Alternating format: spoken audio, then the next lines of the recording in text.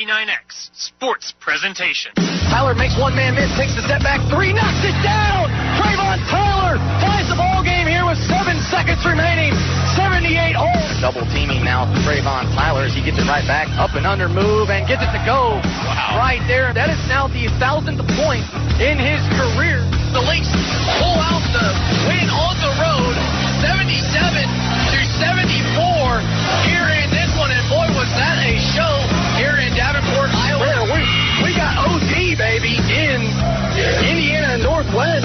Give and go with Johnson to Powell yet again, and he's going to slam it home one more time.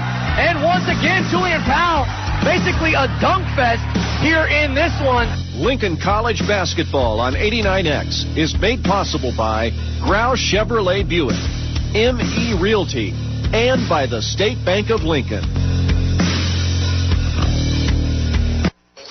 Hi, and welcome inside the campus, or I should say the gym on the campus of William Penn University. Your Lynx back in action here tonight. And a 6 o'clock start. Adam Hoffman, Nick Jackson with you. Taking on the 4th-ranked Division I NAIA school in William Penn. The Statesmen come in 4-0. Lynx so far had a great start to the season, off to a red-hot 3-0 start, but unfortunately have dropped the last 3 in that contest. Again, we're going to talk to you in just a second about the Graceland game. 85-76 was the final in that one, and it was an awfully close game, Adam. And the Lynx hung in there as a team that they beat already once this season, the first game of the year, up by 21 points at the end of the first half. Again, talk to me a little bit about that. How did we just lose it down the stretch? You know, I think the rebounds really caught up to us there at the end. We couldn't get an offensive rebound. I think we had maybe one offensive rebound in that whole game, and you know, it showed on the stat sheet. They were out rebounding us by over 20. So, you know, that will catch up to you sooner than later, really. And you know, Junior had 28 points in that game. He was the bright spot. Tyler right behind him with 18, and he also had 7 assists as well. So it's a kind of a return to form here for Trayvon. But, you know, tonight the shooters are going to have to make some shots here early. No, and I'm glad you brought up the 7 assists by Trayvon Tyler. This is going to be a game where the guards really are going to have to step up. This is a William Penn team, like I mentioned, already 4th in the nation, already 4-0. These guys love to score the basketball. They average 112 points a game, but more importantly is the 28 assists per contest in that one. And like I said, I mean, these guys know how to share the basketball just as well as anybody else in the country, along with William Penn. It'll be interesting to see how, like you mentioned, Junior and Tyler step up. Maybe even Montez Crummel getting in a little bit of the action as well with finding the open man. I mean, we've had a lot of good looks in the last couple games. Just like you mentioned, have not been able to knock down some shots. I'd look for those two to really be the key factors in tonight's contest. Yeah, and also Winslow Martin II. I think, you know, he has the potential to really be able to score the basketball. You know, in JUCO, he averaged over 25 points per game, and you know, we haven't really seen that big of a scoring hump from him this season yet. He's just not asked to do as much on this team, but you know, he has a game in him somewhere where he's going to go off for 20 or more. No, you're exactly right here. And just kind of getting loose so far, about 4 minutes or so to go before tip-off. I mentioned the assists, 28 assists per game. That's best in the country is that William Penn team, along with first in field goal percentage. They average 55% from the field as a team. Adam, now how do you stop such a hot hand when all 5 players are the ones that are contributing? Well, really, it's Kamar Newman from the three-point line, and everyone else is really inside the paint. So I think as long as we keep him off the free throw line and then clog the lane for everyone else, I think we'll do just fine. You know, maybe throw a box and one or something on him where one guy is just space guarding Newman the whole game. But I think I talked to Coach McGee, and he said they're not going to go to that early. You know, maybe if he has the hot hand to start and just can't miss, you know, maybe we'll get to that point in the game. But to start, no, we're not. We'll see what happens here in the next couple minutes. Again, William Penn taking on your Lynx, who are 4-0 to start the year. The Lynx trying to get back on track. We mentioned about the last game. They shot okay, but couldn't get the job done. Like you mentioned, 20 rebounds. Look at the last game for William Penn, though. However, all the starters in double figures in that one. You mentioned Newman led the way with 26, but Gehring right behind him with 21. Those guys really know how to score the basketball particularly well. They beat William Woods on the road 98-81 in that ball game. And this is another one of those environments that's going to be a great test here for the Lynx. Not only playing on the road, it's our 4th game against a ranked opponent already this season. It should be interesting, and we have more to come down the stretch. I mean, we still got to see a couple more teams again. But Adam, talk to me a little bit I know we're banged up. I know we're hurt a little bit. But how do these games fare going down the stretch later when it matters in March? I think this is just great experience for us early. No, we don't have our whole team here, and no, even without the guys that are returning in December, we still have a couple of guys that are just banged up. Laquan Porter not making the trip once again. DeAndre Freeman hasn't played a game all year. He's hurt. So, guys that we need, and we really should have the team that are just hurt early in the season. So, hopefully we can get some of them back here in the next couple of weeks, and then eventually we'll get Romine back in December. So, these are just really good testers to start out the season. This is a very small gym, so I think it's going to be a very hostile environment. It's going to be very loud in here. So, it should be a game we could thrive on.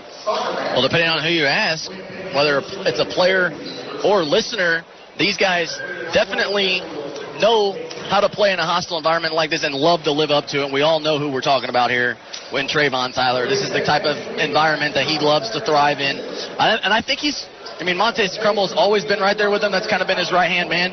But you mentioned it in the Facebook Live. Darnell Latham Jr., he's really kind of the guy that's starting to step up and kind of mentor, or Trayvon Tyler's mentoring him, and he's really kind of finding his rhythm here early.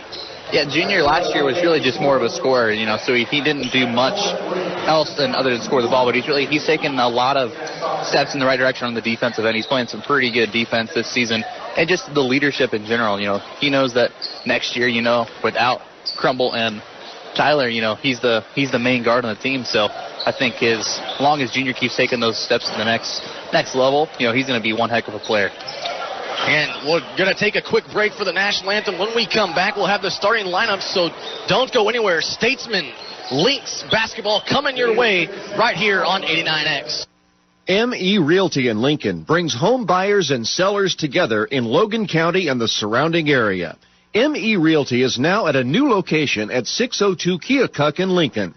You can also reach them at 217-735-5424. That's 217-735-5424. You can also reach them directly online at SethSellsLincoln.com. That's SethSellsLincoln.com. You can see all of their latest home listings at any time. ME Realty in Lincoln is proud to be involved in the Lincoln community and is a proud supporter of Lincoln College men's and women's basketball.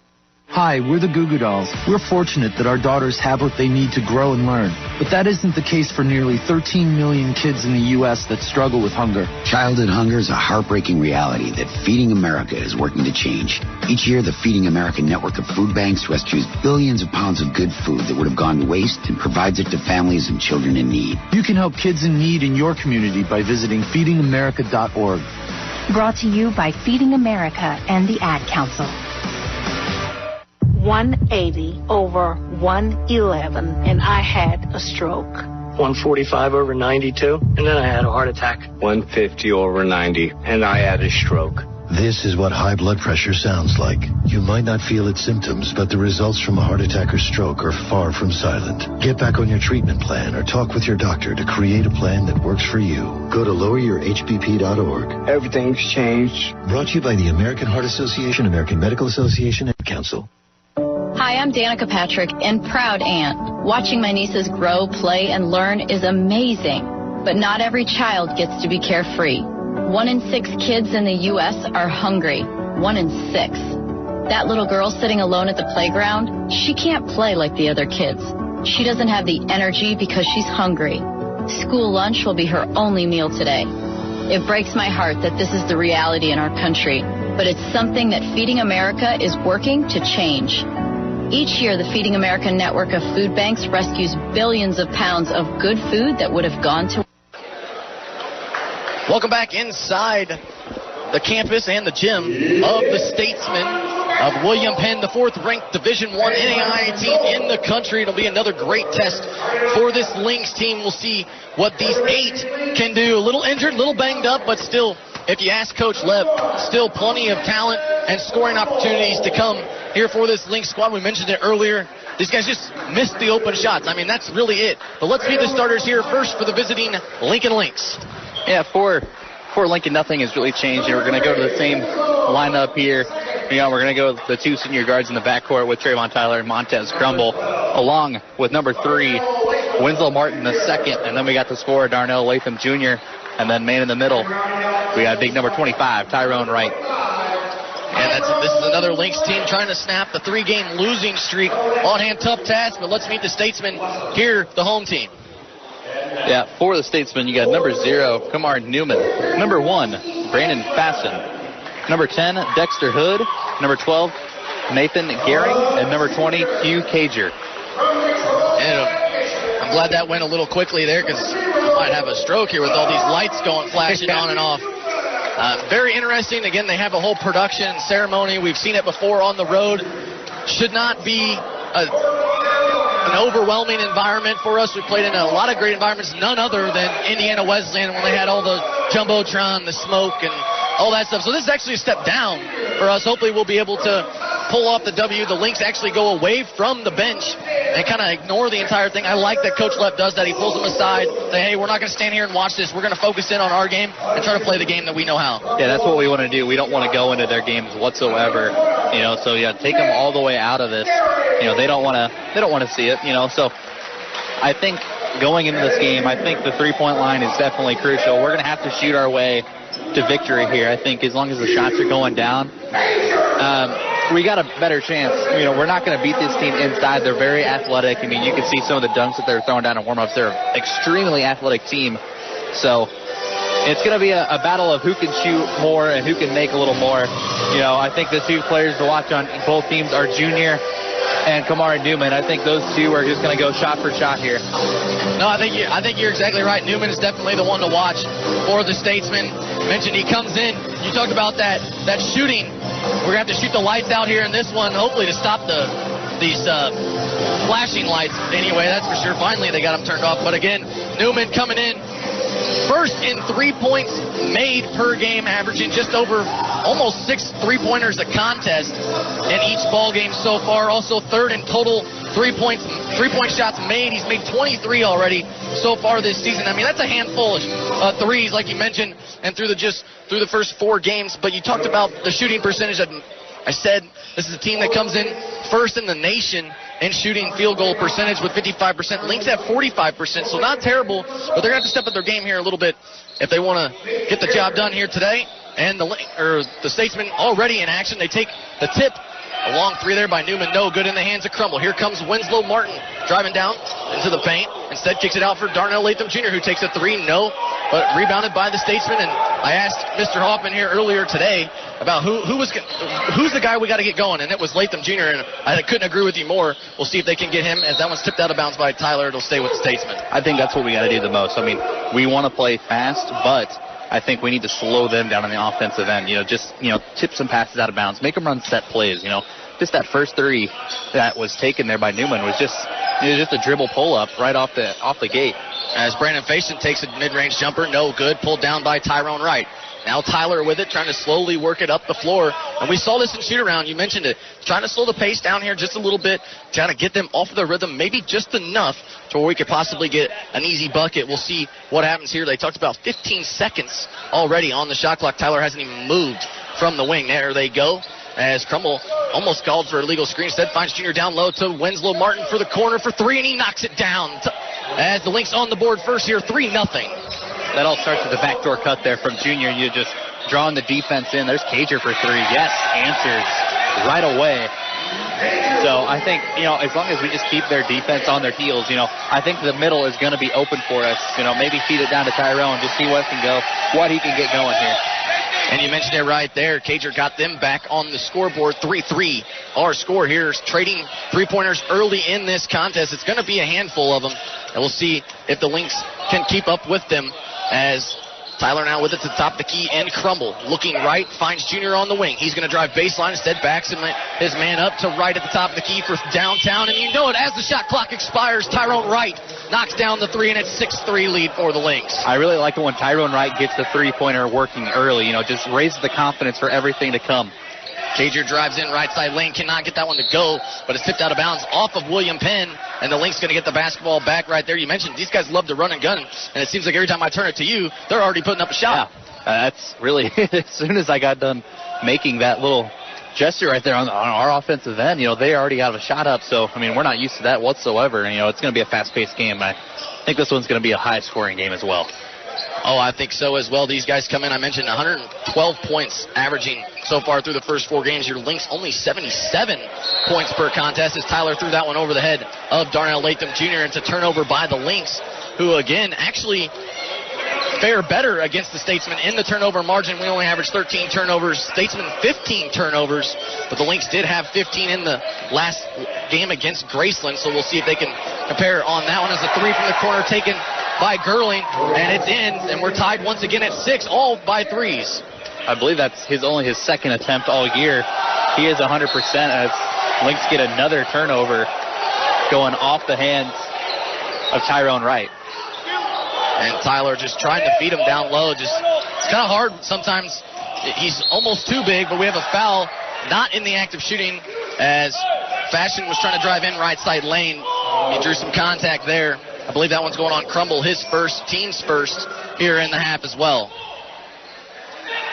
Statesman going to inbound underneath their own basket as they inbound it here to Newman. You got to watch out for him. I like how Darnell Latham Jr.'s on. He's going to take a 3 way over shot, that not even close, and that's a good start there on the defensive side of things for Darnell Latham Jr. Maybe some confidence. Yeah, he's going to have the task of scoring the basketball for us and also guarding the best player.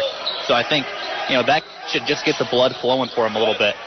As Tyler trying to feed it, Darnell Latham, who was cutting to the basket, but it's kicked off of him and into the hands of Martin, as Martin trying to drive in and draws a contact right there by Cager. So that'll be his first, team's first. I believe Martin got denied at the rim, though, however, but the foul was first. So that block is not going to count. This is a team that averages about 5 blocks a game. I mean, it helps when, you have Gerling, who stands 6'10", down there manning the paint. Yeah, their backup big is also, he's out today. So I think as long as, we just limit Gerling in the paint, try to get him out of the paint as quickly as possible, we're really good. Tyler with a missed 3 right there, trying to get the big man running the floor as Gerling. He saves it from going out of bounds. It's still in the hands of the Statesmen as Cager takes a step back 3, and he knocks it down even with a hand in his face. At the scouting report, he's not the best shooter, but, he's got to go in here early, so we got to respect the shot. Crumble now with it. 9-6 lead for the Statesmen here in the first 4 minutes of this ball game. But I mentioned the Lynx going to try to run down the shot clock as much as they can. Now down to 10 seconds. Martin with it on the left wing, down low to right. 8 seconds now, back to Tyler on the wing. Gets a screen from right, trying to drive baseline. Kicks it back out to right. Right with 3 seconds, going to take another 3. No. Rebounded by the Statesmen. They're looking to run and gun as it's pulled down. Cager now trying to lob one down low to Hood, but it's out of bounds. He comes down on the baseline, and it's a turnover by the Statesmen. I mean, that's going to be pretty much the whole game. It's going to be 3-point shots and just trying to dunk the basketball. So, that's good for the fans, but, maybe not the best game plan for us. Tyler now to Latham Jr. to the top of the key in Crumble. Looking right, he finds Tyler on the wing.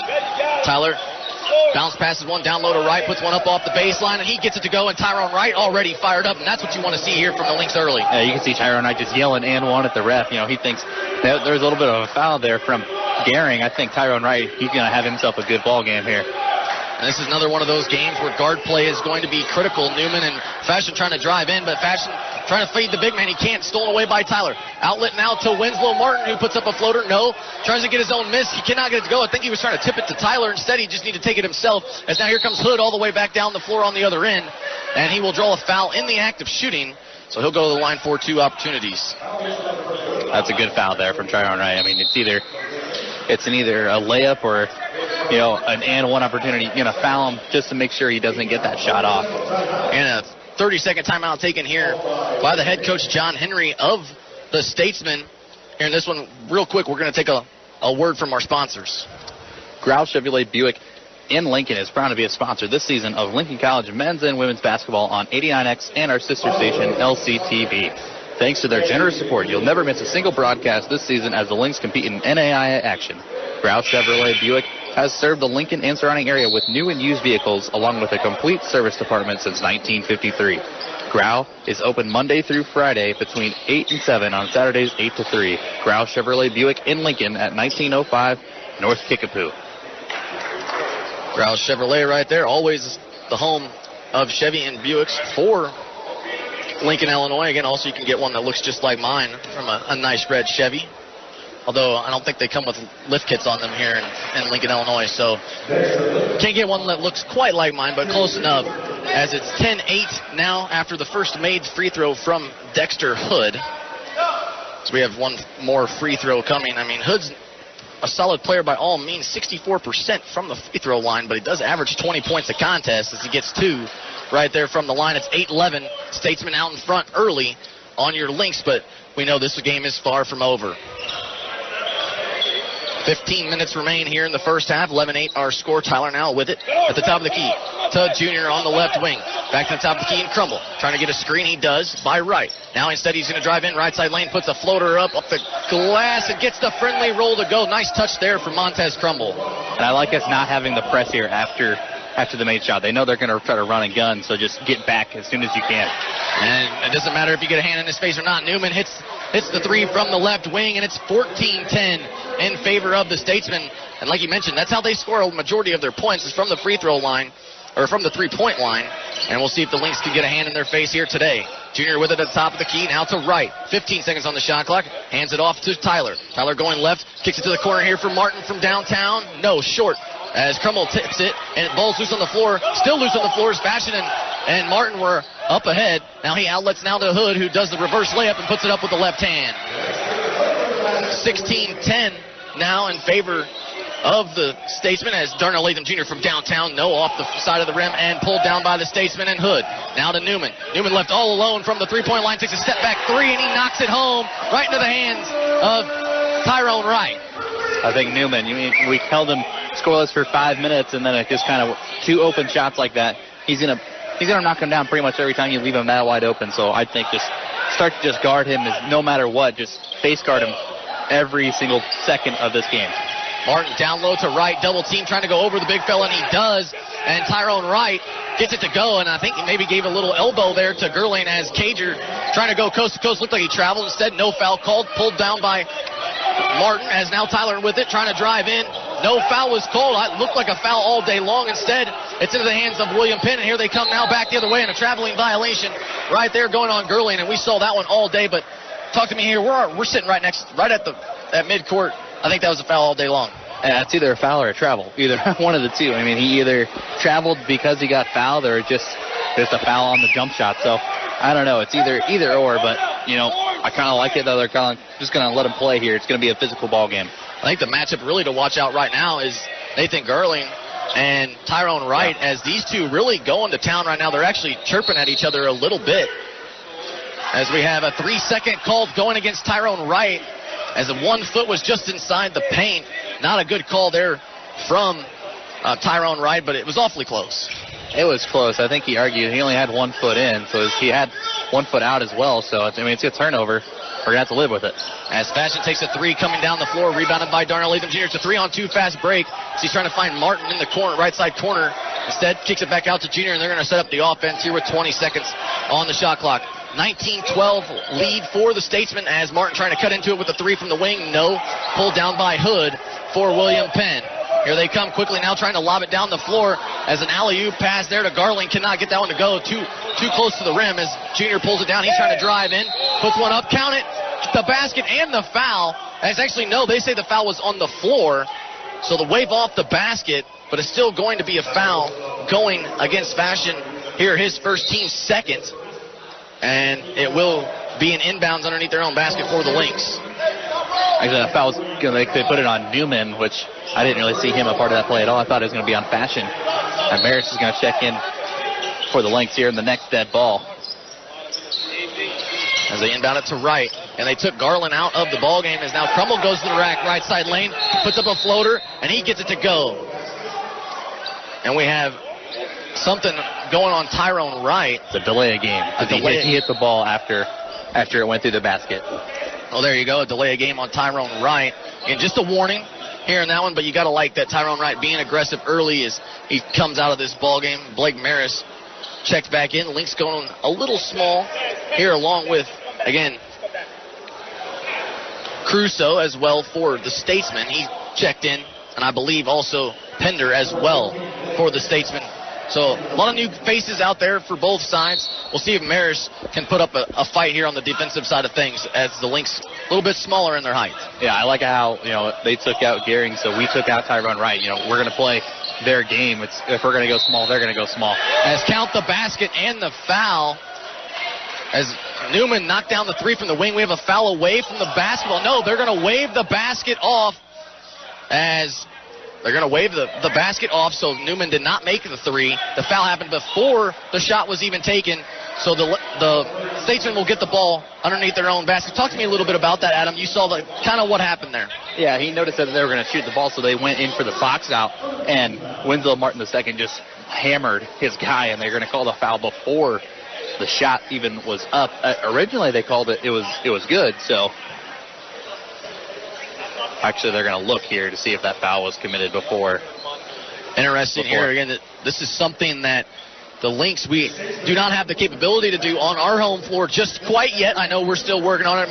Mark Purdue, our athletic director, working on that to try to get that done for us. But talk to me a little bit about this situation. I mean, looking at the monitor, is this something that you go to the monitor for? I don't think so. I think you just trust the ref. I mean, it's pretty much like a challenge play. So, I mean, if the coach says, look at it, I think he can only say that a certain amount of times a game. I think it's kind of cheap if you do it after every single play. I mean, it slows the game down, and also, I mean, takes out of a rhythm, takes his team out of a rhythm, and, not every team can do this, check the monitor, so, I mean, just roll with what the ref is going to call. I like it. Well said. I agree with you as well. I think it's a good, beneficial thing to have in the game, but at the same time, it should be used for more bigger calls than just, hey, did the foul happen before the shot? Does it count? I mean, we're still 12 minutes to go in the first half. It's not like we're in the second half either as well. I mean, I could see it a little differently if we were in the first half. But again, Adam, talk to me a little bit here. Both teams kind of basically getting a free timeout out of this. What is Coach Lepp saying to the guys? Because they're only down 5 right now, 19-14 the score. I mean, hanging with the top 4 team in the country. I think he's saying, we're staying in there. As long as we keep making some shots, we're taking some ill-advised shots here and there. I think we want to try to get into the basket or into the paint just a little more often, especially with Gearing out of this game temporarily. So I think, try to get it in the paint as much as he can. Just if the threes aren't falling, we got to try to get some layups, get some confidence up. And they do, after review, they do say count the basket along with the foul. So Newman has his third 3 of the game. He's got 9. Now it's 22-14, and all of a sudden that 5-point game, now an 8-point game, kind of swings the momentum there just a little bit back in favor of the Statesmen, and they will get the basketball back underneath their own basket due to the foul. So the Statesmen set to inbound. Still no substitutions made by both squads. So same as they're trying to throw a lob right there, but they cannot. But they have a foul going against the Lynx, as that was Pender trying to go up for the lob, and they're going to put that on Trayvon Tyler. Yeah, I agree with that call. He got hammered. He was going up to try to dunk it there on the alley-oop pass. Tyler's just trying to break it up, just trying not to get dunked on. So I mean, it's a good foul. They're putting him at the line. Make him earn it from the free throw line. And something to watch here for the Statesmen as Pender's first one is in.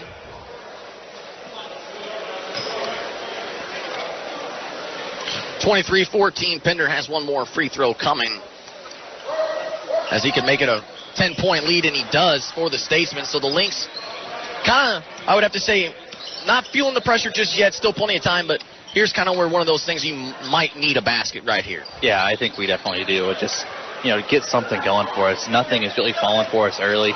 We made 1 3 to start the game, and then Tyrone Wright came in and hit a 3. So other than that, the scoring has been pretty minimal. As Crummell now with it inside the lane, drives left side lane, kicks it out to Maris at the top of the key. Thought about a 3, instead takes a mid-range jumper, and he knocks it down from the right elbow. I like the aggression there from Maris. They're going to try to take the three-pointer away from him, so he just goes to try to get a bucket in the lane, and he does. Crusoe right there laid it up. It's back to a 10-point lead, and he basically blew right by Montez Crummell, something that we don't see too often out of Crummell, but like we said, I mean, these guys are playing with 7, 8 players a game, as Tyler's going to take a 3 from the parking lot. He knocks it down. Trayvon Tyler from basically the volleyball line keeps us in the ball game, 26-19. They're trying to feed, again, Pender down low, working on Maris, and he lays it up and in. I think they see the mismatch, and that's what they're trying to go right at. Yeah, that's definitely the mismatch right now. Just Maris cannot guard him down low. He's a bigger guard, and he can really jump out of the gym, so you got to get a bigger body on him. Latham Jr. trying to drive baseline, but they finally call the foul. I believe that one's See who that was going on Pender, it looks like, or no, on Newman, so that's his second. And that's good news here for the Lynx. They want to go right at him because the man can shoot the lights out, can he? Yeah, I mean, you got to get him out of the ball game. Try to get him to cool down a little bit when he's sitting on the bench.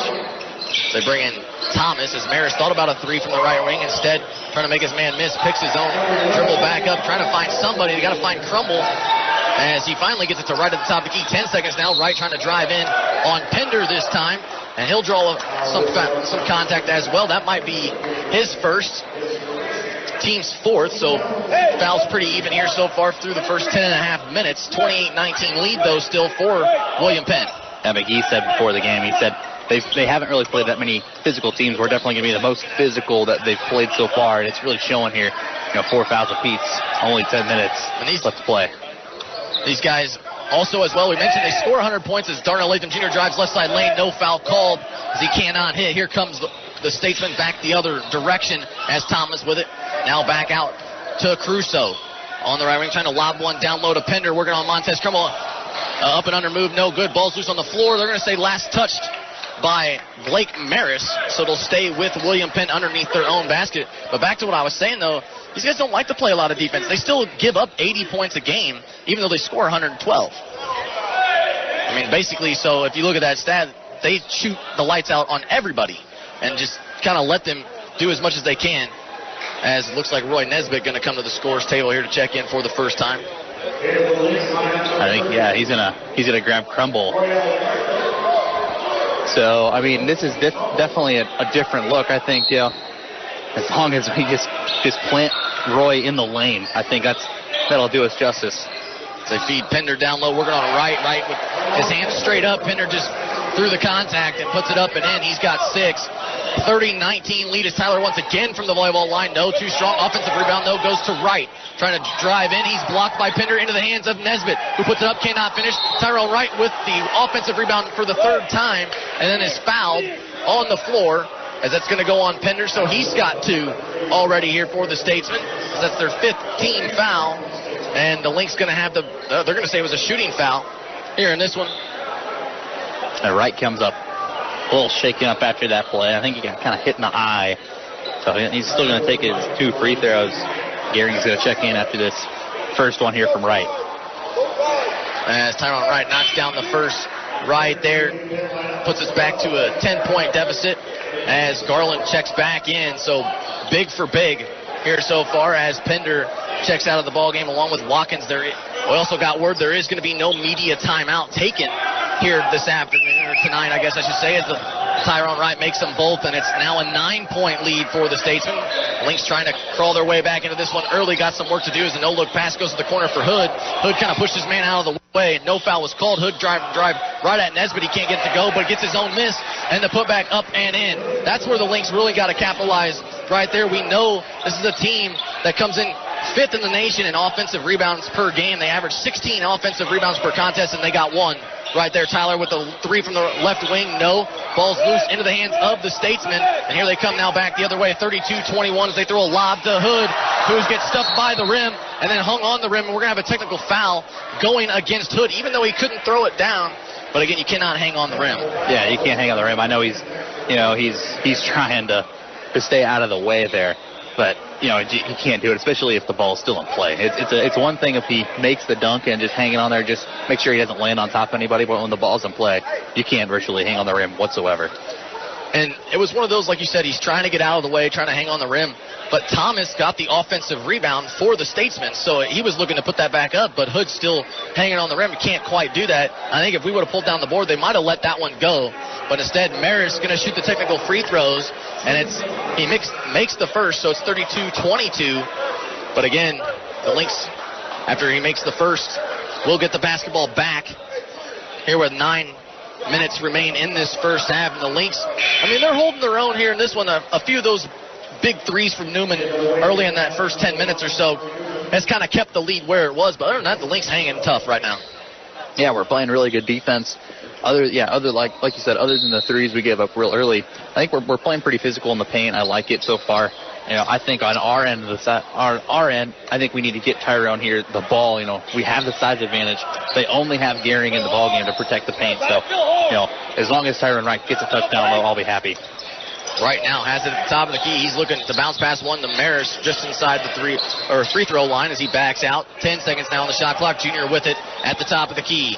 8:45 to go. Junior with it. Going to take a mid-range jumper. Gets a piece and gets the friendly bounce off the rim and drops for the Lynx. It's now back to an 8-point lead. As you can see, as soon as the Statesmen inbound the basketball, they're looking to throw it down the floor as Garland with a turnaround left-hand hook. No, Hood with an offensive rebound. Trying to go right over Tyler, but we're going to have a foul, maybe a push underneath the basket.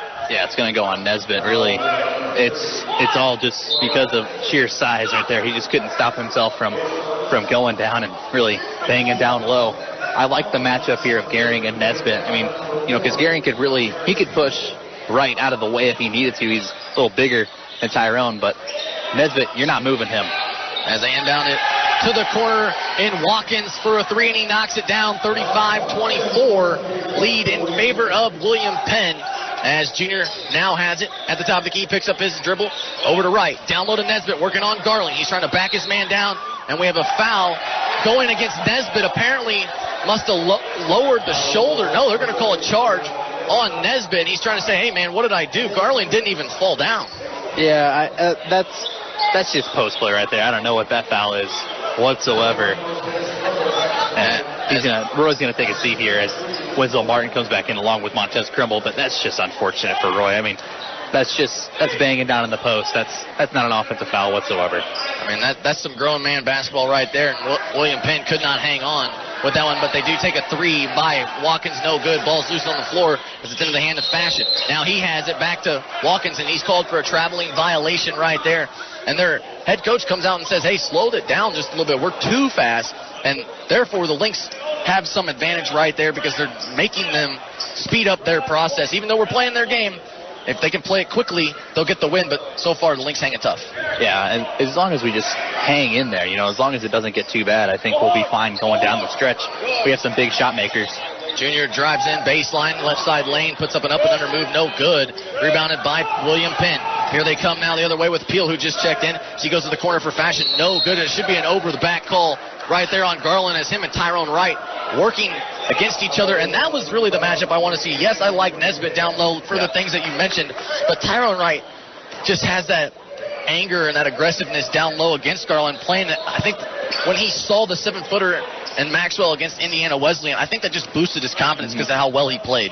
Yeah, I think definitely. I mean, I think he just kind of looks for the tallest guy on the floor and just tries to embarrass him. That's really what he's trying to do. He can run better than any big guy that I've ever seen. So, along with Gehring as well, he can also shoot pretty good. And I believe there's an offensive foul or a three in the key. Yeah, I don't know who it was on. I believe it was on Tyrone Wright. It's probably just for the same thing as William Penn gets it quickly in bounds. And that's one of those give-me calls for William Penn as there's a three taken, no good. Ball's loose into the hands of William Penn yet again. That is also Peel. Trying to give it back to Fashion. Instead, back to Peel. They're going to set up their offense here with 15 seconds on the shot clock. 35-24 lead for William Penn with 7 minutes remaining in this first half.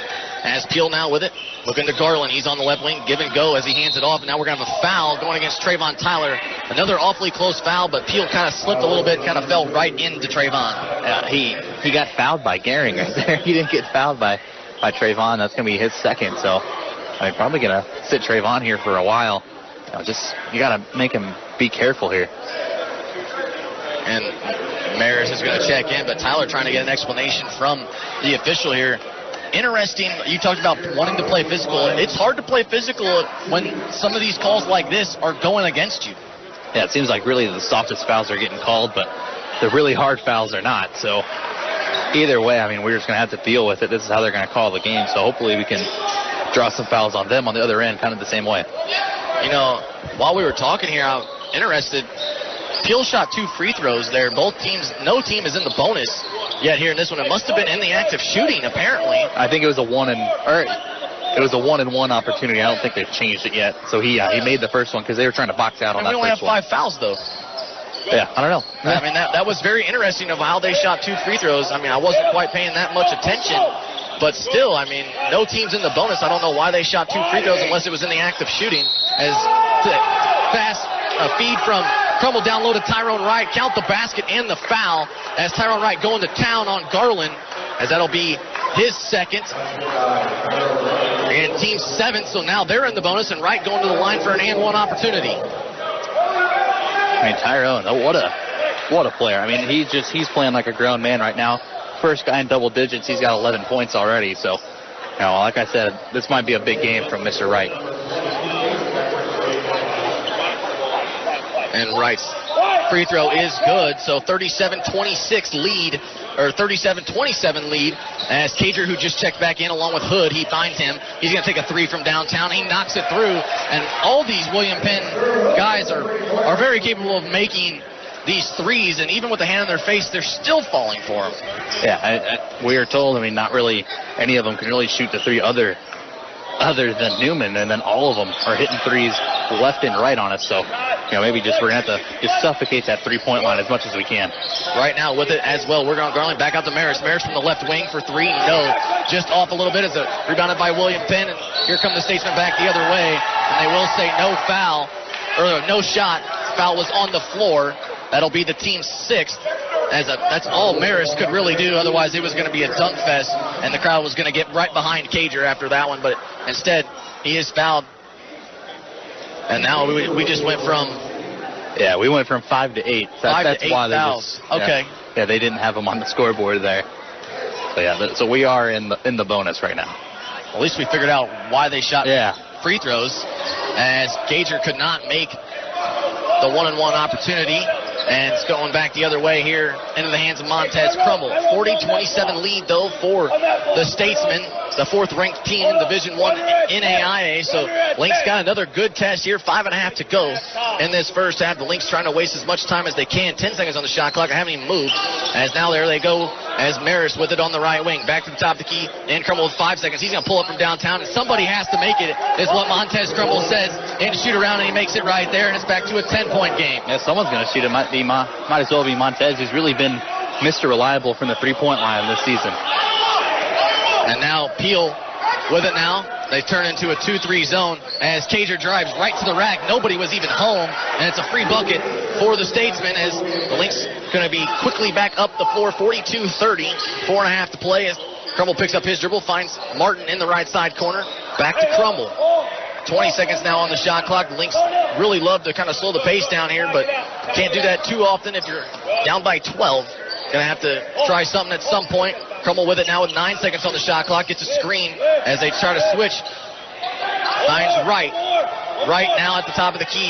Back to Crummell. Crummell going to have to take another 3. Hits the front of the rim. Almost got the friendly bounce. Couldn't get that one to go. Pulled down by Fashion for the Statesmen. Here they come in transition. Hood all alone from the wing up for 3, and he knocks it home yet again. All of a sudden, this is how they're going to build that lead on us, 45-30 in favor of the Statesmen due to all these threes so far in this first half. I think we might want to call a timeout here. We still have all 6, so just stop the bleeding temporarily.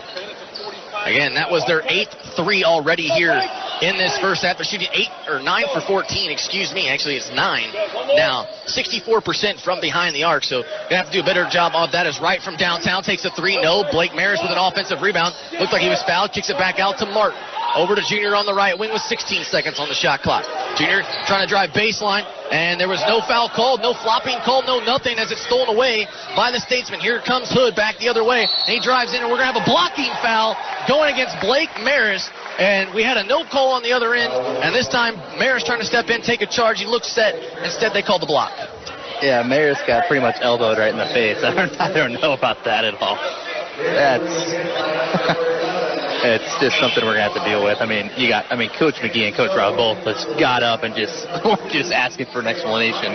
I don't think he was anywhere near in the restricted area, so I'm not sure what that call was. I put Hood at the line. That's Maris' second. And they called that a shooting foul as well. And it looked like it was a foul and then the shot, not in the act of shooting. 3.5 to play, 48-30 lead for the Statesmen as Hood trying to come up very closely on Trayvon Tyler. That looked like a foul. They did not call it. He hit his forearm right there. The official said something to him about it, but didn't make the call. As Tyler now with it on the right wing, down low to Crumble. Thought about driving baseline. Instead, there's 6 seconds on the shot clock. Now out to the right wing, looking for Tyler. Tyler from downtown. Going to have to take a 3 as the shot clock expires. No good. Looked like he was fouled. Instead, the no call. 48-30 lead as Hood gives it to Fashion. Back to the top of the key. And Cager, he'll pull up from downtown, and he knocks it through right there. The 10th 3 of the ball game already for the Statesmen, as that one was almost stolen away by Fashion, but instead he was on the baseline and goes right into his bench. Crowd here loving it. Instead, if you're a Lynx fan, you're not liking what you're seeing. These guys are beating us from the three-point line. I mentioned 10 for 15, 66% from the three-point line alone, along with a great shooting team to begin with. Yeah, and the best shooter hasn't even been playing the game, so it's something that we're just going to have to live with. We gotta take away the three-pointer no matter what. Crumble now trying to drive in, throws it to the corner, nobody's home. Otherwise, it was going to be a traveling violation, and it's another turnover here by the Lynx. That's going to be their 8th turnover here so far in this first half, and it's 51-30 in favor of William Penn. And Lynx not really playing all that bad. So they're going to reset the shot clock, right? I mean, look at the stats right now. Unofficially, I mean, the Lynx 37% from the field. I mean, 11 for 29, not the greatest. But, I mean, really the difference maker is the three-point line. We're 4 of 16 for 25%, and they're 10 of 15. Yeah, I mean, that's really it. Cager trying to go right at Nesbitt. He just put his hands up. I think he was going to try to slam it home if it was anybody else but Nesbitt. As here come the Lynx now back the other way. Martin from downtown, no. Way too strong, pulled down by Hood. And John Henry saying, hey, let's go, run and gun. Let's keep the pace up. They find Thomas down low. He can't get it to go. Looked like he was fouled. Instead, Martin got a piece of it. And here come the Lynx back the other way. 53-30. Junior thought about driving baseline. Instead, takes a mid-range jumper, and he gets the friendly roll right there. And Coach Pat Lever going to take a full timeout right here. You called it probably about a couple minutes ago. But instead, he does get the call right here. We're going to take a quick break as well. Don't go anywhere. More Lincoln College basketball coming your way right after this. Grau Chevrolet Buick in Lincoln is proud to be a sponsor this season of Lincoln College men's and women's basketball on 89X and on LCTV. Thanks to their generous support, you'll never miss a single broadcast this season as the Lynx compete in NAIA action. Grau Chevrolet Buick has served the Lincoln and surrounding area with new and used vehicles, along with a complete service department since 1953. Grau is open Monday through Friday between 8 and 7 and on Saturdays 8 to 3. Grau Chevrolet Buick in Lincoln at 1905 North Kickapoo. Here in the mental game, I think it's as long as we keep that same physicality, we'll be good going in the second half. We just got to knock down shots and then limit their three-point attempts. Well, we're going to get to halftime right here. 58-35 lead for the number 4th ranked team in the country in the Statesmen, but the Lynx have a big second half coming your way. Don't go anywhere as you're listening to Lincoln College basketball right here on 89X. Welcome back to the WLNX 88.9, a halftime show. Today we are sitting here with an adjunct professor, Kiara Coyle. She is talking with us about her background and her experience on campus. I'm Camila Coyle, and I'm your host for today. So, Kiara, how are you doing today? I'm very good. Thank you for having me here with you. So, can we hear a little bit about your background? You know, where you came from, you know, home life? Well, I was born in Philadelphia, Pennsylvania, but I lived a portion of my life in Spain, in Madrid, given that my parents were both Spaniards. And during my last year in high school, I returned back to the United States, and I finished my high school, and I went to college at the University of the Sacred Heart in Santurce, Puerto Rico, and I did my Bachelor of Science with major in chemistry and minor in mathematics, and then I pursue a master's degree in forensic science with a concentration in criminalistics and toxicology. So what got you interested into this science field? I think that I was always interested in crime and what are the reasons or the causes that makes a person commit crimes, as something as a robbery, a kidnapping, or something major like murder, particularly people that murder in sequence, or what we call today serial killers, male or females. Also, the ones that commit a crime like what we call a spree killing or mass murders. So I started getting interested in the field. I started studying it on my own, and then after that I decided to pursue it in a more formal and academic way. So after school, what did you do with your degrees? Well, for a portion of my life, I did work in New York City, and I did work in the office of the medical examiner in New York City, first as an intern, and then I was hired to work as a forensic chemist. Then I went back to Spain, and I did some forensic chemistry as well. In Puerto Rico, when I was living in Spain, I was invited to do some presentations and some of the things that we were doing in the field of forensic serology and criminalistics. And then after that, life changes, and I decided to pursue another area of education more than the field of forensic science. So you ended up here at Lincoln College, and you're currently teaching toxicology, correct? Correct. So how does your background in forensics transfer to your current job as teaching toxicology? Well, if you think of toxicology in a simple way is the science of poisons. And the way that I focus in forensic is how a poison was, let's say, cause a person's death. In the program of conservation biology, which is what the program that Lincoln College has, the students have to study toxicology because the focus is in the nature and the effects of toxicants in the environment, such as air pollutants, pollution in the water, pesticides, radioactive metals, toxins in food, household products. And it was a perfect transition for me to talk about toxicology from the point of view of environmental toxicology. Okay.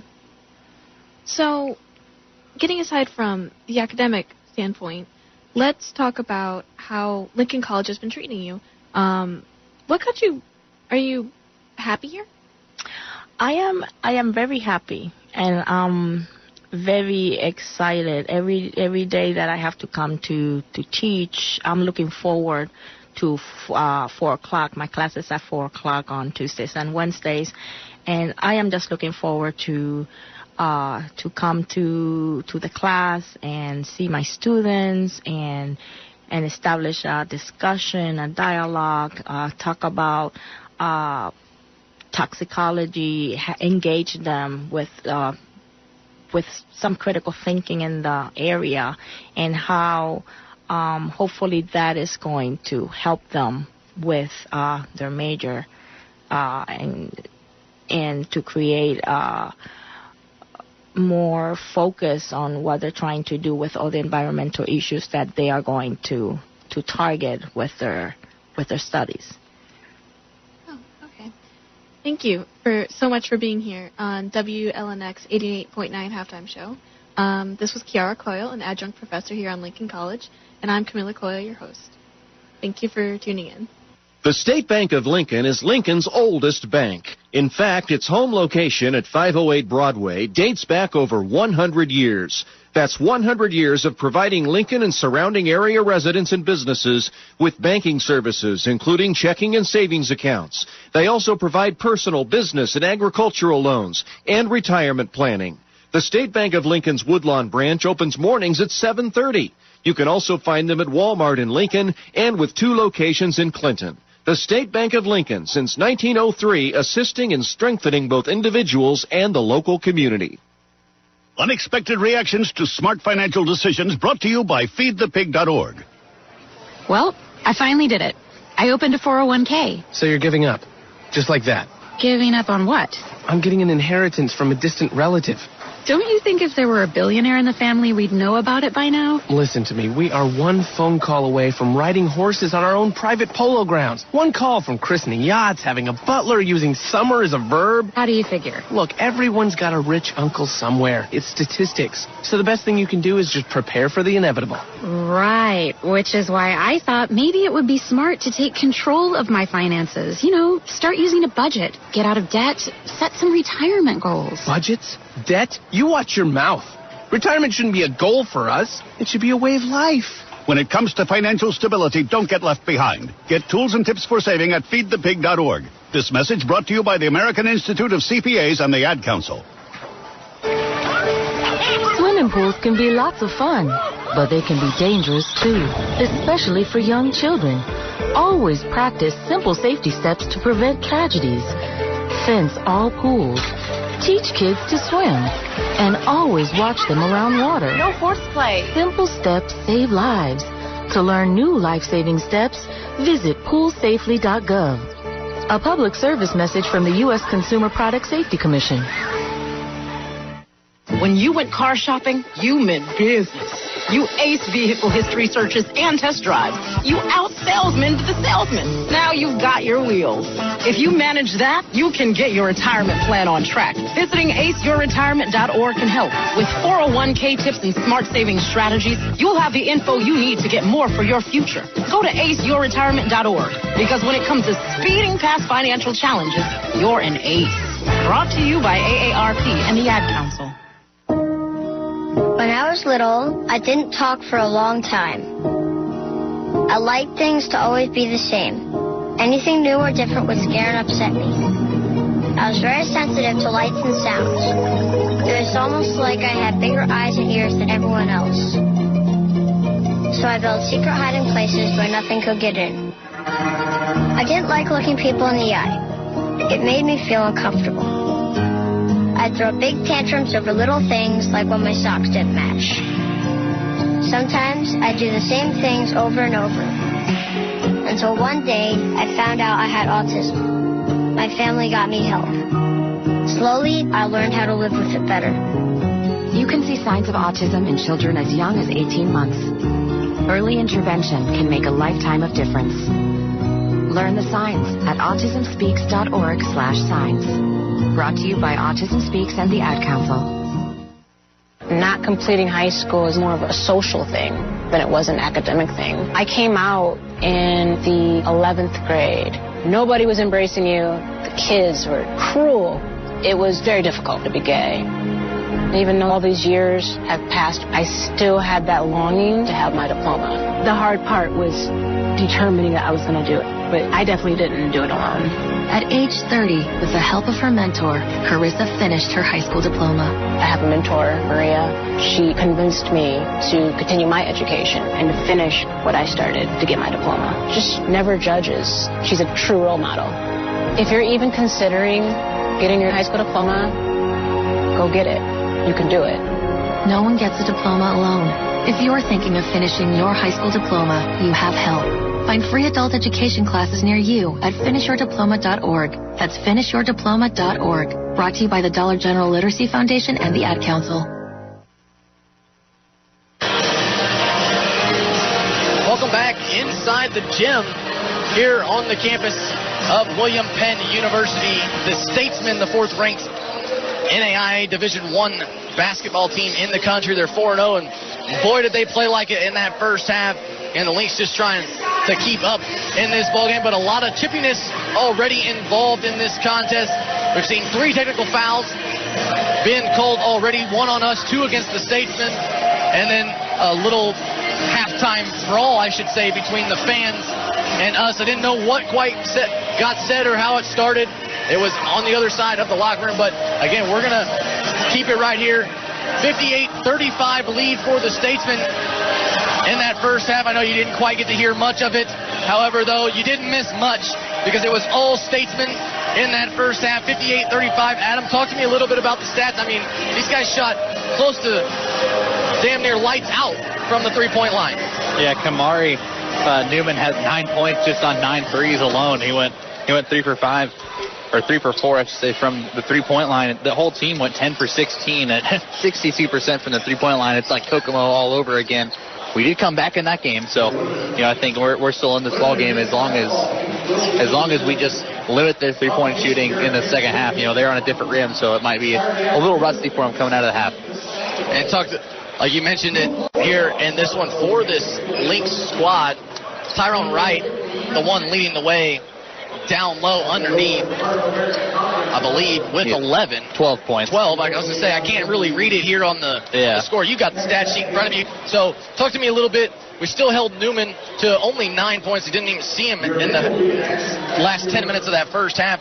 What can we expect out of them keeping him honest? I mean, you just got to keep him off the three-point line. I mean, he might not even be playing, but they might just kind of save him here. If they still hold a pretty comfortable lead and they want to go more of a defensive route, then Newman's going to have to sit the bench because he's not one to play a lot of defense.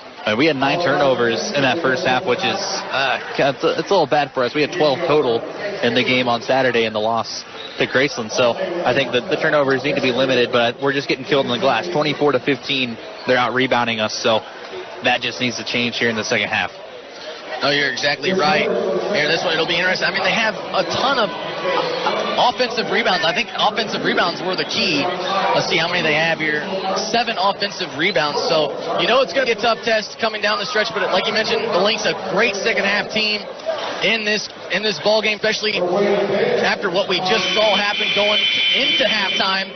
It wasn't against the 2 teams. It was actually some fans stuff heading towards the locker room. I believe it actually was a full-on some sort of fight. I didn't see who was involved. We don't know who was involved. We don't care who's involved.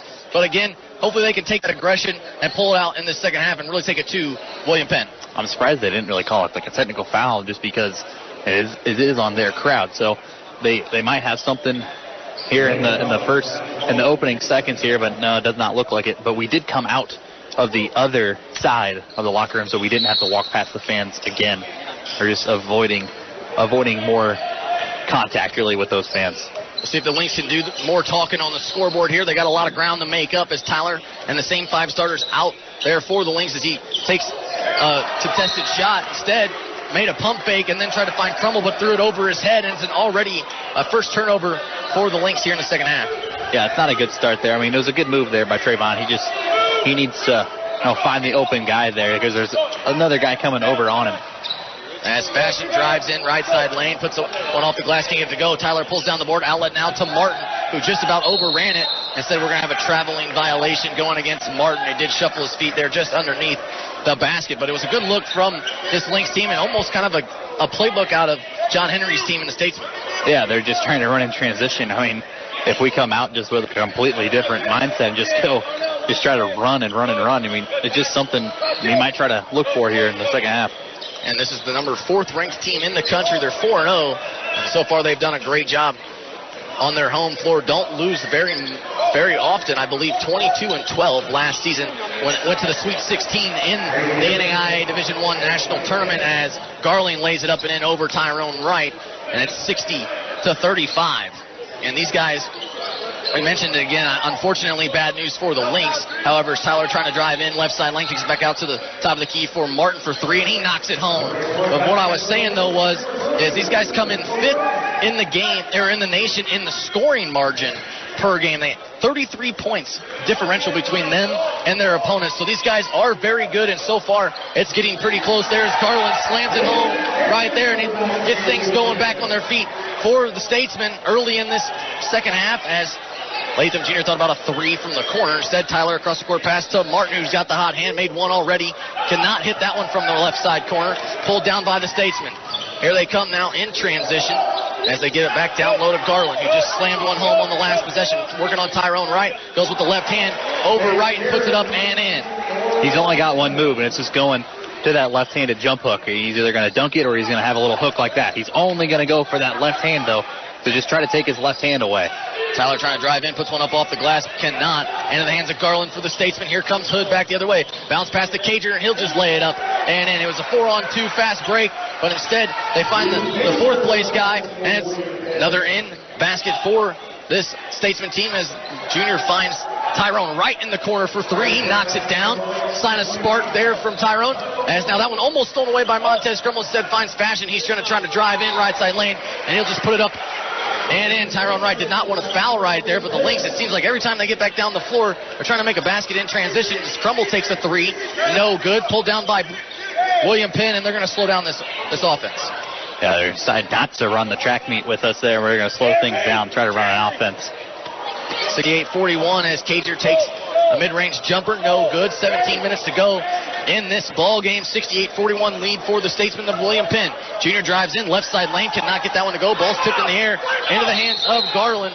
And now we have a timeout taken right here by the Statesmen. I guess they do not like what they see already. They're coming in hot, yelling at each other. 68-41 lead, though, here in the 30-second timeout. Let's hear a quick word from our sponsors. ME Realty in Lincoln brings home buyers and sellers together in Logan County and the surrounding area. ME Realty is now at a new location at 602 Keokuk in Lincoln. You can also reach them at 217-735-5424. That's 217-735-5424. You can also reach them directly online at SethSellsLincoln.com. That's SethSellsLincoln.com. You can also see all their latest home listings at any time. ME Realty in Lincoln is proud to be involved in the Lincoln College community. It is a proud supporter of Lincoln College men's and women's basketball. 68-41 lead for the Statesmen. Here we're coming out of the timeout. 17 minutes exactly remain left in this contest. Lynx still got a lot of work to do in this ball game. But however, though, we saw Tyrone Wright make a big three from the corner. We saw Martin also hit a big shot early in this contest. It will be Statesman basketball coming out of the timeout. And again, it almost seemed like John Henry was mad at his guys for not playing the way he expected them to play, as that one's tipped out of bounds by Crumble. It'll stay right here. I mean, I think what he was doing there, we had that wide open layup. We missed it there from Latham Jr., but just allowing that wide open layup really just kind of got Henry just off his chair a little bit. Newman knocks down the three right there, and you already know, basically, if he catches it any point behind the three-point line, you know he's willing to take the shot. It's at 71-41, 30-point lead as the Statesman tips that one into the hands of Newman. Outlet pass to Hood, but overthrew his man. But again, that's, I guess, what they wanted out of that contest. They turn it over themselves, though, however, and the Lynx get the basketball back. As Gerling's going to take a seat here, and Pender's going to come back in the ballgame. So really a smaller lineup here for William Penn. I think we should try to go down to Tyrone Wright. Just give him a touchdown low. They will inbound it to Junior here. 71-41 lead for the Statesmen. Again, the Lynx got a lot of work to catch up here in this contest. Going to need a lot of threes. They feed Wright down low. He's got the mismatch on Pender. Turnaround right hand move off the glass and in as Tyrone Wright goes to work after Garland just checked out of the ball game. I think that's definitely the key right now. Just try to get Tyrone Wright involved in this ball game more than he already is. Just get him some touches down low. Get him some easy baskets. Newman now with it. Picks up his dribble at the top of the key. Goes to the right wing and Cager. He's going to drive in with the left hand. Put it off the glass. Almost count it. Instead, he'll go to the line to shoot 2 free throws. And Cager just being extra aggressive here in this game. It seems like every time he gets the ball, he's looking to just put his head down, just try to bully his way into the lane and just try to get a foul. That's the first one. I believe this is his first time going to the free throw line tonight.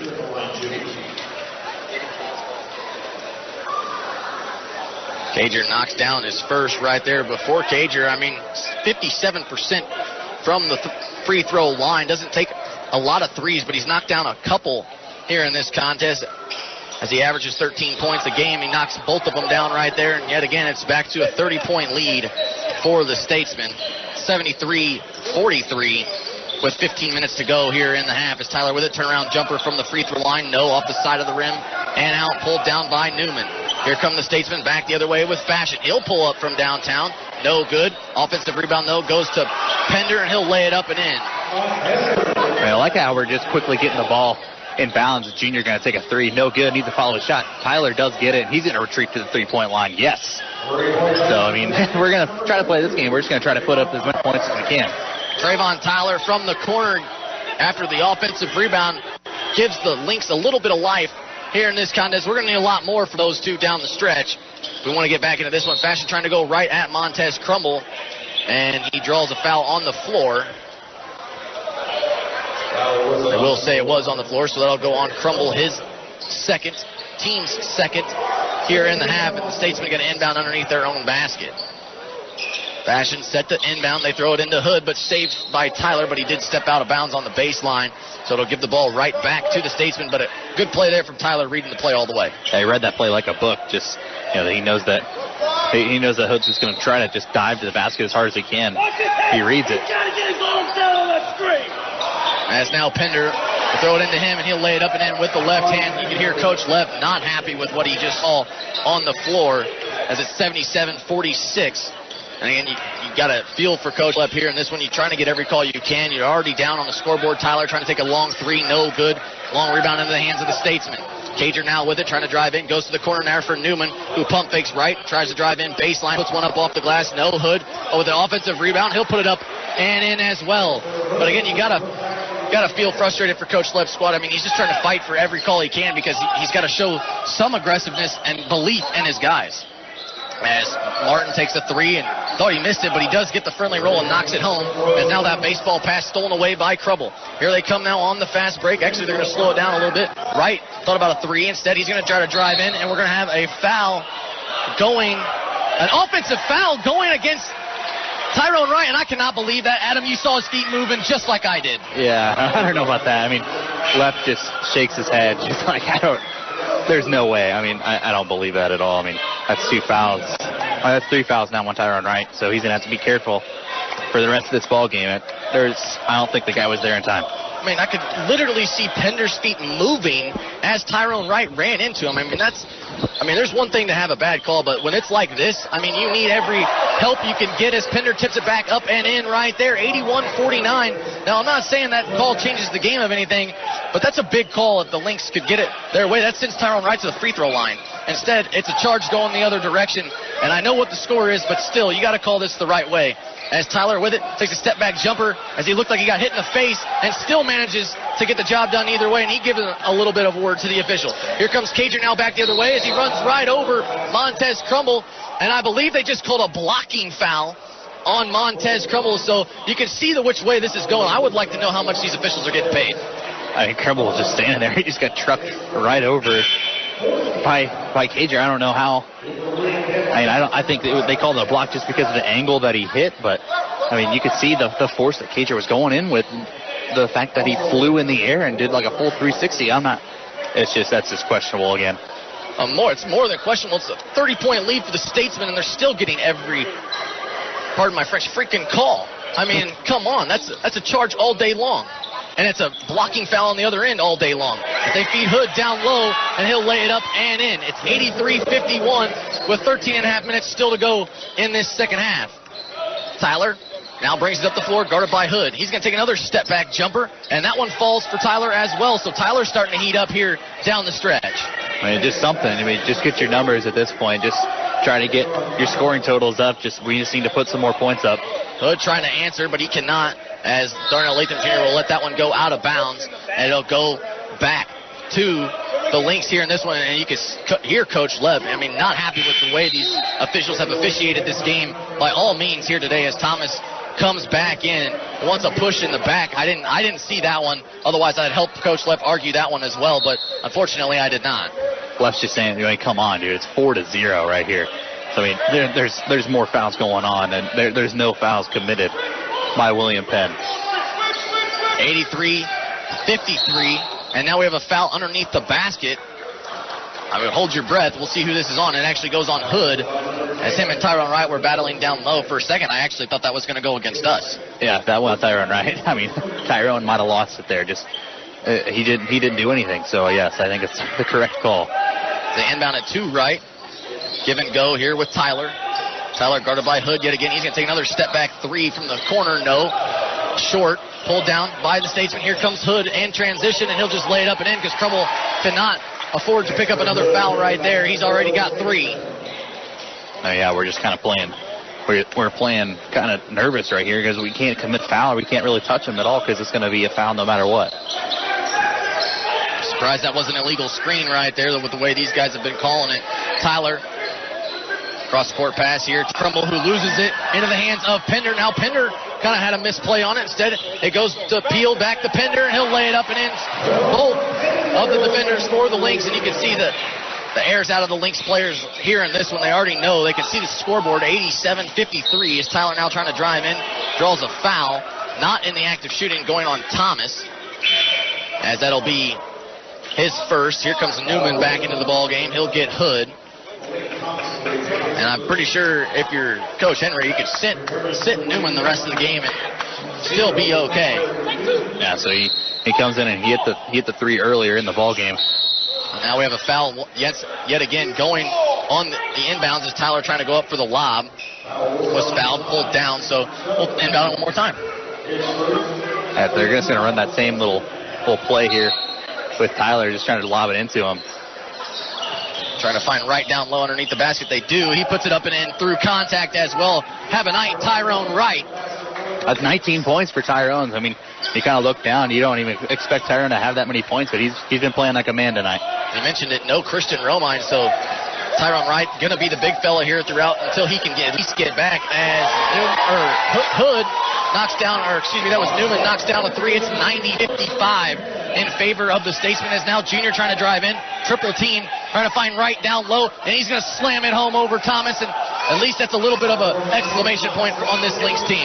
Tyrone Wright now over the 20-point mark. I believe that's his first 20-point ball game this season, definitely, but it's been a great game here for Tyrone. Newman now with it. He's guarded by Tyrone Wright. He's trying to drive in, and he's called for a traveling violation. Actually, they didn't even signal anything, unless this official right here in front of me did it, and I can't see because John Henry's in the way. Yeah, I think they called it a travel. If they didn't, I'd be surprised. You didn't see it either, did you? Yeah, he's kind of just started walking with the basketball, lobbing into Tyrone. Lob it to Wright down low. He still can't finish. However, though, it's pulled down by the Statesman, and now we're going to have a foul going against the Lynx, as I believe Thomas was smacked in the face. That's going to go on Tyrone Wright, so that's going to be his 4th. So a night for Tyrone Wright. Going to have to take a seat here for about 7 to 8 minutes or so. We'll see what Coach Lepp has in store, but it's 90-57 in favor of the Statesman. They have the basketball and the lead. And we're doing a good job of keeping them off the 3-point line, but they're running in transition all over us. As Pender trying to drive in, kicks it back out to Watkins. Watkins will take a 3, no good. Offensive rebound by Moore. Nobody was home in the paint, and he just lays it up and in for an easy 2. And this has been all Statesmen so far in this contest. The Lynx had a couple back-to-back possessions early in that first half. They're trying to find Nesbitt down low. And that ball was poked away, but somehow Pender picks up a foul. I mean, that's just kind of a makeup call. I mean, they're kind of just trying to make the fouls a little more even here. It's going to be 4 to 5 now in the foul category as Gehring comes back in the ball game. So they're going to match size for size here with Gehring and Nesbitt. They do inbound it to Nesbitt, trying to go right at Garland. Turn around, right-hand hook, gets it to go. Left one of the foul, didn't get one, though, but Nesbitt still does make the play either way. As here comes Watkins now. He'll set his feet, take a 3. Wide open shot, no good. Garland pulls down the offensive board. He's working on Nesbitt. Kicks it to the corner for Newman from downtown. No. Another offensive rebound goes to Thomas. Thomas puts it up and count the basket and the foul. As Thomas will go to the line for an and one opportunity, and it has been all Statesmen so far since tip-off. Blake Merritt's going to check into the ball game here for Winslow Martin II. He picks up his 3rd foul. I mean, just not much we can do right now. There's nothing it seems like is going our way. And the Lynx just trying to hang tough. I mean, we're at a point in the game as Thomas does knock down the free throw, 95-59. We're at a point now where, I know Coach Lepp sat down, but it's like let's try to run a play. Let's try to run something that we can improve on going into Saturday night's contest against Harris-Stowe State. I mean, you just got to try to work on some things. This is a learning experience. Maybe get some players that don't get to see a lot of minutes, try to run a few sets. I mean, I think that's one of these type of games. They inbound it to Nesbitt, kicks it back out to Tyler, almost had it poked away. Instead, he'll get it with 15 seconds on the shot clock. Tyler now trying to drive in, and we're going to have a foul, this time going on Crusoe, as he kind of reached in on Trayvon Tyler. That's going to be Crusoe's second. I think really what we're trying to do right now is just kind of waste some clock. They have 95-59. I know, and Statesman's are obviously going to score over 100 points. They still got 10 minutes to go here. They're well on the way to get that average of 112.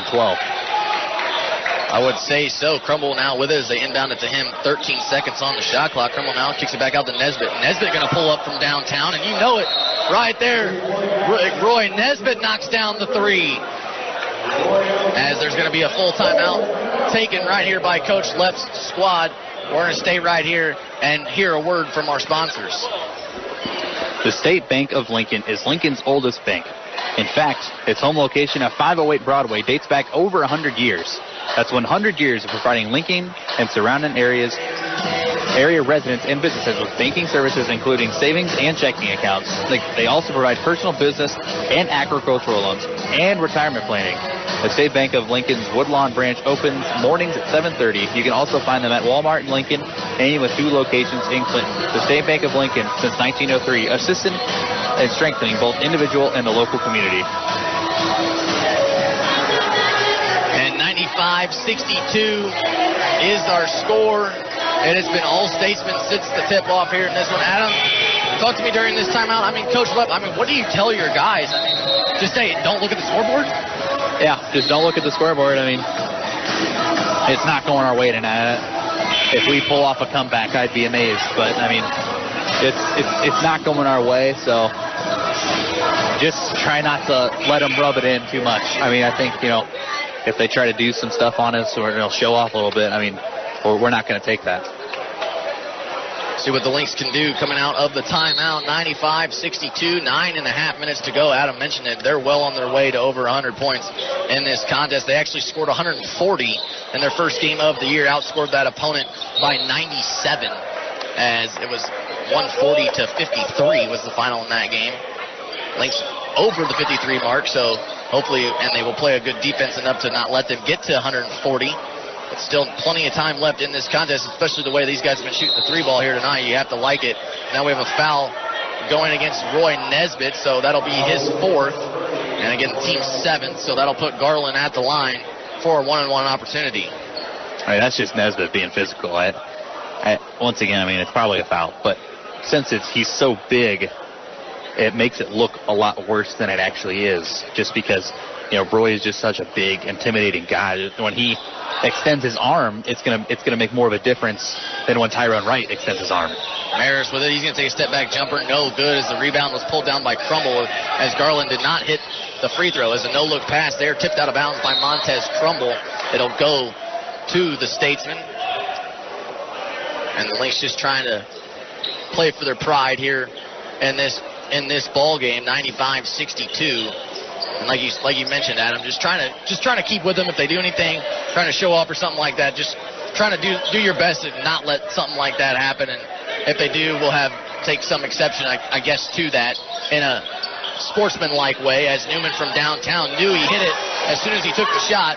As it's now 98-62. And I did research why the hanging on the rim is not allowed. It's because it's not considered a unsportsmanlike technical foul. If it were considered the unsportsmanlike, then it would be considered a second ejection call. Roy Nesbitt knocks down another 3. Good insight there, Adam. Again, something that we both were wondering here. Adam cleared it up for us as, again, Crusoe Back down Crummel, and then kind of gave a little gesture saying, hey, he's the little guy on the floor right here. Crummel now trying to drive in, show why he's not little. Puts up a floater over Garland. No, too strong. Into the hands of the Statesmen. Here they come. They have numbers on the fast break, but stolen away by Trayvon Tyler. Read the pass the whole way, and Tyler just going to try to go coast to coast, and he'll lay it up and in. It's basically going to kind of run like an all-star game now. We're just going to try to just keep scoring and scoring and scoring. And, I mean, we're going to lose that battle.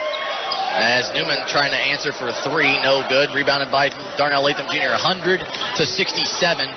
Jr. almost had it poked away by Thomas. Instead, he pulls his hand back. As now Tyler trying to drive baseline on Newman, and he will draw a contact, so that should be Newman's third, team's sixth, as they will inbound underneath their own basket. But again, even though he's got three, he's going to take a seat here. Fashion comes back in.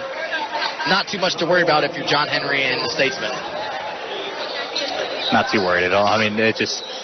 They're going to get that. I don't think anyone's really going to foul out of this ball game for the Statesmen. They have so much more depth than us that it doesn't really even matter if anyone gets in foul trouble. As Junior trying to drive in, left side lane, draws a foul. So that'll send him to the line for a one-on-one opportunity, as I believe that one went on Watkins, so it's his first, team seventh. And like you mentioned, they have a much deeper bench. I mean, Nesbitt's playing right now with 4 fouls because Tyrone Wright's sitting on the bench with 4 fouls. Yeah, there's nothing we can do about it. I don't really know why the crowd is really getting into this ball game. I mean, your team's up by 30 points. I mean, is it really going to matter if you get a steal or if you get a foul called on you at this point? They were pretty loud there, weren't they? Yeah, they just like a very audible awe. Just like, what, saying that's a bad call. But I mean, you guys are up 30. Relax. I dare you to go tell him that. Yeah. 169 as a long three by Watkins, no good, air ball, goes out of bounds. And you can see these guys not wasting any time off the shot clock, no nothing. They really want to take it to us. Here, this one, they're still jacking up threes in this ball game. Junior now with it to Crummel at the top of the key. He's trying to drive in, right side lane, puts another up floater, and nice touch by Montez Crummel, gets the floater to go. Yeah, I think the Statesmen are really just going to try to slow things up here. Just going to get some set plays running. They're trying to throw a lob to Garland, and he slams it home for the Statesmen after the mismatch right there, as Blake Maris going to come down the floor, take a jumper, and he'll knock down a three. I like that Maris wasted no time on that shot. Yeah, no time at all whatsoever. That puts Maris at 6 points on the night. So I like the aggression there from Maris. I do too. Hopefully we can see a few more of those before this ball game's over. 102-74 as Garland with the left hand, no good, air ball from about 4 feet away as Crummel pulls down the board. Tyler now going to answer from downtown, and you know it, he knocks down the three, and a little spark of life right there as he looks at the crowd just a little bit, but the crowd's going, hey man, look at the scoreboard. Yeah. However, though, it's 102-77. The Lynx trying to make a little bit of a comeback, make it reasonable here.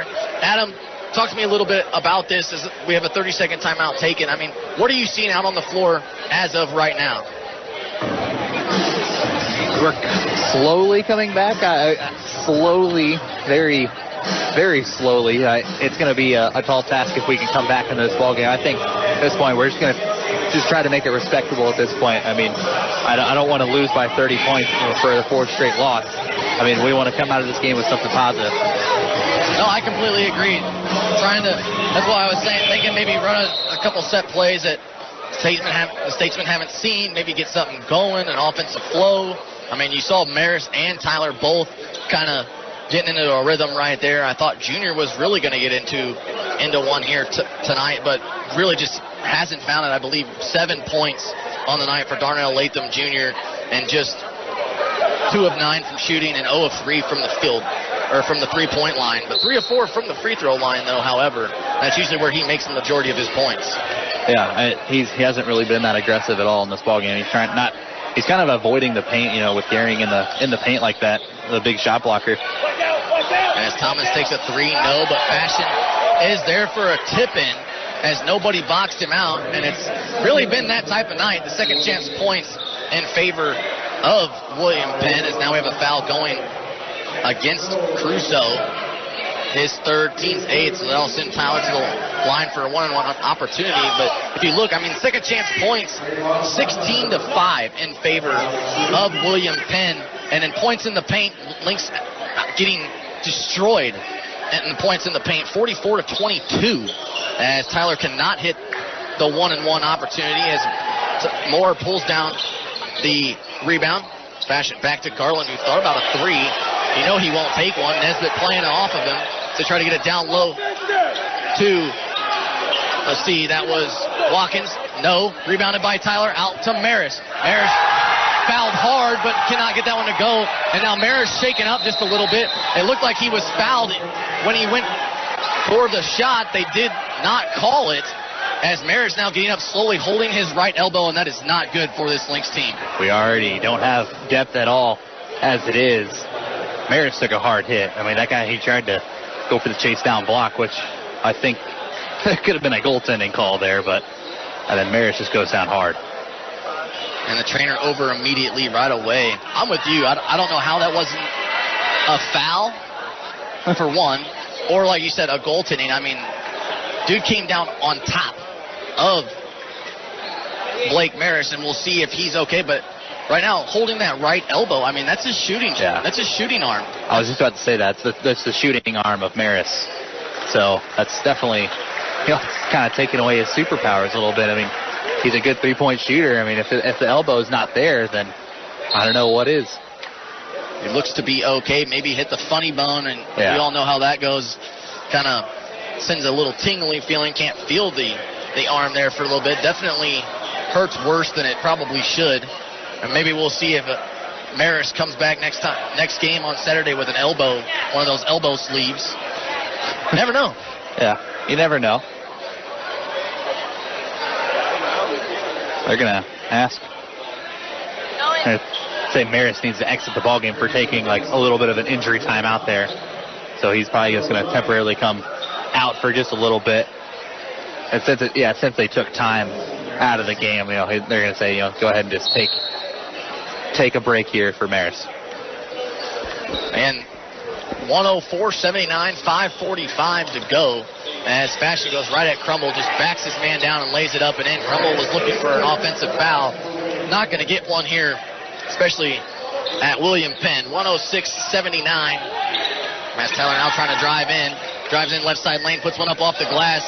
As Nesbitt gets the offensive rebound, kicks to Tyler. Now to Crumble. Crumble from downtown, and you know it. He knocks down the three right there. And it's another got a sign of spark as it's 106-82. You got to get the charge. I mean, Lepp's saying, you got to get the charge there on Fasten. That's the thing that he's been doing all game. As a three taken by Fashion, no good, but you already know the offensive rebound and putback goes to William Penn, as it's pretty much how they've scored all their points, as they do a great job of the offensive rebounding. As Nesbitt with it over to Junior on the right wing, as we got a foul going against Garland, as that'll be his third, team's ninth. So he will go to the line. Darnell Latham Jr. will go to the line here for a 1-on-1 opportunity. I mean, really, with the pick and roll there, it's open every single time. They're really showing the big man there on the ball handler. So, I mean, the roll is open every single time. As Junior does knock down the first right there. This has really been his bread and butter all game long. Mentioned it, 87% from the free throw line. Has shot 3 of 4 so far today. Making now 5 of 6 from the free throw line. As it's 108-84. Still in favor of William Penn. They try to feed Garland down low. Turn around left hand hook, no good. You mentioned it, Adam. That was his go-to left hand. Only one move, but right pulls down the board. Yeah, that's really well defended there by Nesbitt. Tyler from long range knocks down the three from the parking lot. Another quick glance, I guess I should say, at the crowd. And then sprints back to the bench here. A 30-second timeout, or a full timeout taken here by Coach Lepp. Again, we'll stay right here. Adam, just talk to me about some improvements. What can we look forward to that you think that the Lynx have done well in this contest? I know what the score says, and I know what the chirping and technical fouls say, but what can we take away from this game, and what have you seen that the Lynx have done fairly well here today? Man, we got 87 points, and there's still 4.5 minutes to play. So, I mean, something's going right on the offensive end for us. We're making shots, but just they just made a little more than us. They're over 100 points now. So it's been a rough game for us. We can't get anything going on the defensive end. We're not getting any calls, but it's something that we're just gonna have to take to the chin. We're not gonna get calls like this on the road. Maybe in the Jack D. Nutt Arena we'll get some more calls, but on the road we're not gonna get any. No, I completely agree with that. I think that was well said for this Lynx team. 108-87. Like you said, we come in averaging 77 points a contest, so we're 10 points above our average in this ballgame. Like you mentioned, 4.5 minutes still to be played in this ballgame. I mean, we saw 103 points scored. We scored 103 against IU East in the upset win against them in Marion, Indiana. So you got to like what you're seeing, like you mentioned, out of this Lynx team. Playing particularly well, shooting 47% from the field, 41% from three, which is by far the best that we've done so far this season. But like you said, these guys shooting way better than us, shooting lights out, as Tyler draws a foul on himself. So that'll be his third, team's eighth, and that'll send Pender to the line. Mills got 15 assists. I mean, that's a little below the numbers. I mean, William Penn has 22 assists, so it's a little different, but they do lead the nation in assists per game. So, I mean, that's what they do. They just pass him into a three-point shot. So they don't play any ISO ball whatsoever. As he knocks down the first one-on-one opportunity right there. I like that you mentioned that as well. They average 28 assists. They have 22 right now. So we're actually, but I mean, if you're watching this game, you can see that it really starts with Crusoe. I mean, he averages about 8 assists a game. As that one no good, but I think Tyrone Wright stepped into the lane early, so for a lane violation, so he'll get one more opportunity, and you know how usually that's going to go. Yeah, he'll probably make this one. I mean, he missed the one where it was the lane violation, so he'll probably make the one where we made the mistake for him. And sure enough, he does. 110-87. With still 4 minutes to go in this ballgame, the Lynx just looking to get some sort of spark, get something going, maybe possibly close to 100 points, as Nesbitt with the left-hand turnaround hook shot looked pretty good. And he's going at Gerling with his own medicine right there, the left-handed hook shot. As Pender down low had to just let him lay it up and in, because Nesbitt and Wright both on the floor with 4 fouls apiece. As Tyler now trying to drive in, takes a step back three from the wing, no. Rebounded by Pender. Almost wanted an outlet pass, instead trying to find Garland, but Jr. was there, and now we have a foul going against Jarrett Peel, and that'll send Darnell Latham Jr. back to the line here for 2 shots. That's how Darnell Latham Jr. is going to get this point total up, because he's just going to try to draw as many fouls as he can. He's playing a little smarter here, just try to get to the free throw line. It's going to be 2 shots pretty much every foul that they commit for the next 3.5 minutes, so just try to get to the free throw line. He does knock down the first right there, and I believe every starter, if you want to look at a positive for this Lynx team, was in double figures. I guess all 4 but 1. We're waiting on Martin. He's got 9 in this ballgame, so he needs 1 more to put everybody in double figures, along with, Roy Nesbitt. He's got 10 coming off the bench. That's back-to-back games for Nesbitt in double figures. I believe we have a blood on the...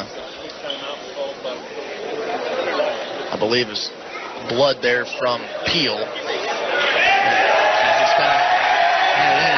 The crowd's starting to get a little bit restless here in this one, as Quishan Freeman looks like he's going to check in. I'm just judging from the crowd, I would say he doesn't get to play very often. Yeah, he's a guy that probably doesn't get a lot of playing time, but the crowd loves it. He's a crowd favorite, definitely. 112-91. Lynx kind of slowly crawling their way back into this one. They're just going to throw it into the backcourt here for Crusoe.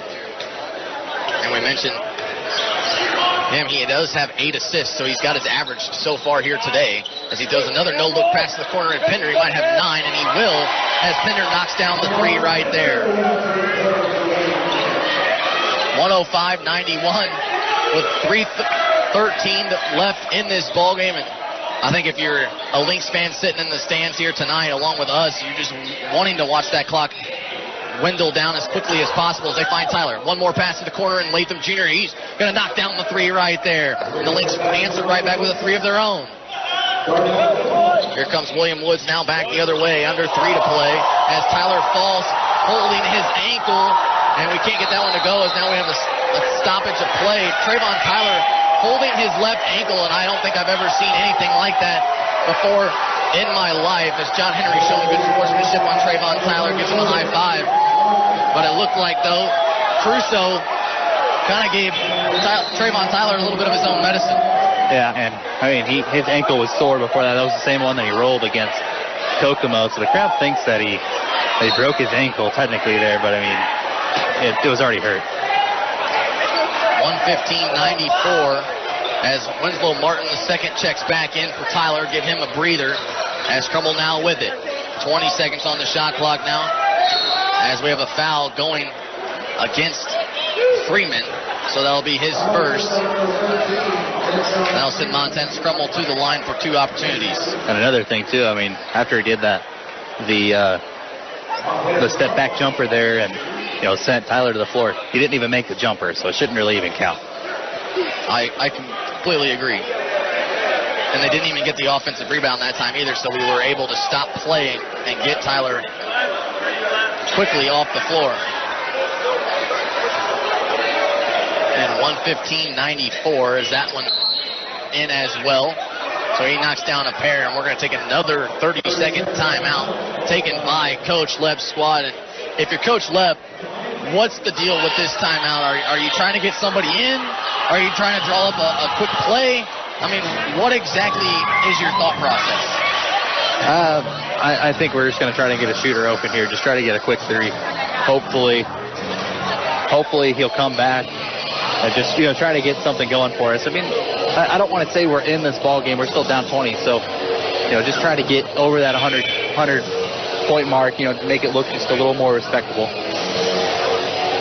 115-95 as we come back out of the 30-second timeout. Again, everybody in the stands pretty much knows the outcome of this ball game, and the Lynx just going to do their best to try to close the deficit as much as they can and make it as respectable as they can, as it is back to a 30-point lead, 115-95, as and Freeman going to take a jumper, but it was tipped, I believe, by Crummell. But again, though, however, Gabe Larkin knocks down the 3 again. I heard earlier from the PA announcer, he's the local boy. He's from this area.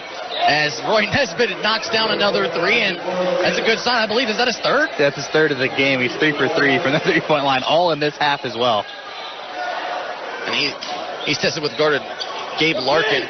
We talked about the hometown hero. That's Gabe Larkin for the Statesman. As Pender drives in on right, he can't get it to go, but Larkin is there, and that's exactly why this crowd is fired up, because Larkin just lived about 5 minutes from here. A big high school prep coming out of this area. Again, apparently their high school games are on TV as well, so this crowd knows him well.